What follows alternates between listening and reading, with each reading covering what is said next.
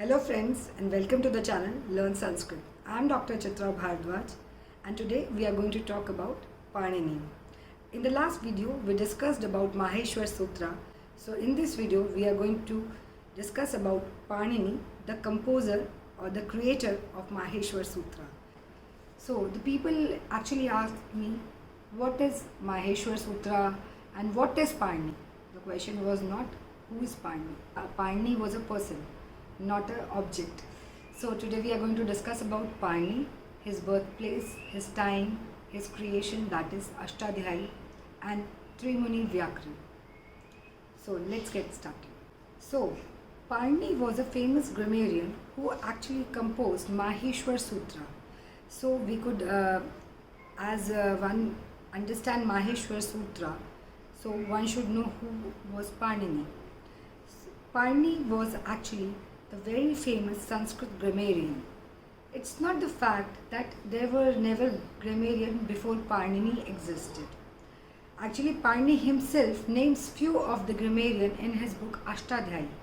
Like he names Shaktayan, Gargya, Galavya, Bharadwaj, etc. in his sutras. So, where was Panini born? Panini was actually born in a Shalatur village, which is right now situated in Lahore of current Pakistan. That's why at times he is named even as Shalaturiya. After the name of the native place, Shalatur Gram, he is named as Shalaturiya. Another name of Panini is Dakshiputra.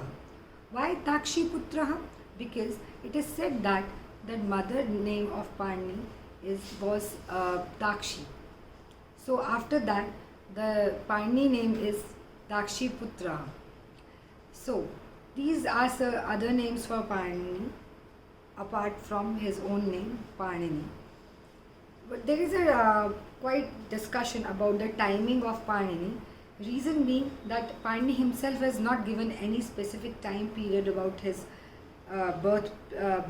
There are many different opinions regarding the time of Panini's birth. But there is no certain fixed time of the birth of Panini according to the scholars.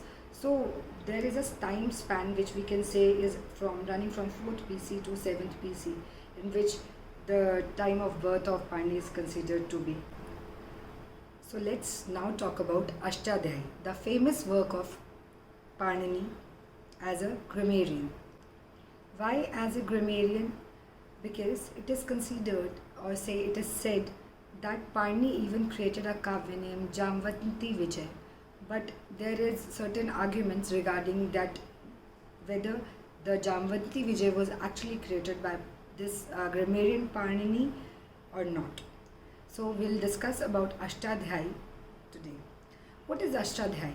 Ashtadhyayi is actually book or say grammar written by Panini, in which he actually composed sutra for the word formation that was being used by the people of the that time, as well as the sacred books like Vedas. So what we can say that all these sutra of Panini that are in Ashtadhyayi actually are for the word formation of Vedic as well as Lokik Shabd. Whereas some other grammars of this time or before this were actually dealing with only Lokik words or Vedic words. What are the Lokik words? Lokik word means the word of the spoken language are called as Lokik words, and Vedic words means the words that are being used in the Vedas, Upanishads, Brahmanas. So why the Panini Vyakran is considered to be very important and very others say best work in grammar, because this is the only Vyakran which deal with both of the words, that is spoken language as well as Vedic. So, and why it is very good Vyakran? Because it goes in a very scientific manner and follows a very consistent rules to form these words. The Ashtadhyayi is actually, as the name itself suggests, Ashtadhyayi. Ashtadhyayi means 8 chapters. Adhyay means a chapter. So Ashtadhyayi is actually divided in 8 chapters. and 8 chapters are further subdivided into 4 paths, and then these paths have sutras in it. So how can we say if certain, for example, if a sutra is there, say the very first sutra, Adin Gunaha. So what is the Adin Guna means? 1.1.1 or say 1/1/1. It is written like this in books when we read some books.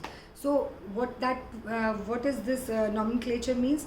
First means adhyay, second means path, and last is the sutra number. So likewise the system goes on. It's all, how many sutras are there? It's approximately 4,000 sutras, to be precise 3,978 sutras, and 14 Pratyahar Sutra or Maheshwar Sutra that we discussed in our last video. So these are actually Ashtadhyayi Sutra. So why does Ashtadhyayi is considered to be so important as a grammar text? Because it is the most scientific way of constructing rules for word formation, and actually it opens up the debate, or say open up the door, or say pave the way of the modern descriptive linguistics, which is right now very much popular in Western world, or even here in India also, that people actually devote time and energy about phonetics, because as we see in our small schools that when we were youngsters, or say when we were in school, we were taught ABCD, but now another trend is coming and gaining the popularity is about phonetics. The students are being taught alphabets in phonetics. So abacada kinds of, so how these abacada originated are actually from the phonetics, and this phonetics has its roots in Paninian system of grammar. From there actually we can relate.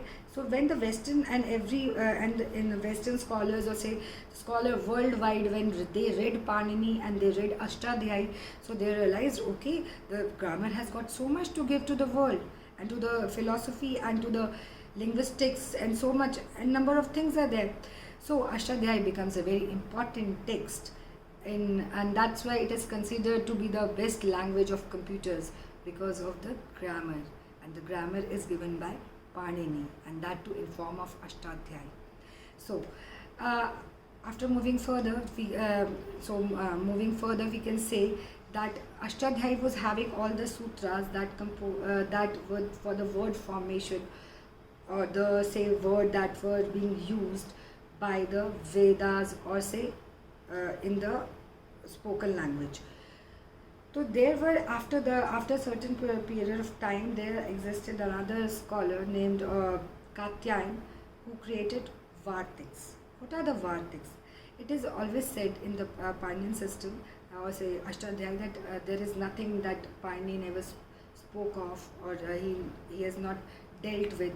But at times there are certain plays which need to be explained more, or say which are not dealt so deeply by Panini. So what did Katyayana do? Katyayana made Vartik to explain those points where Panini kept bit mum.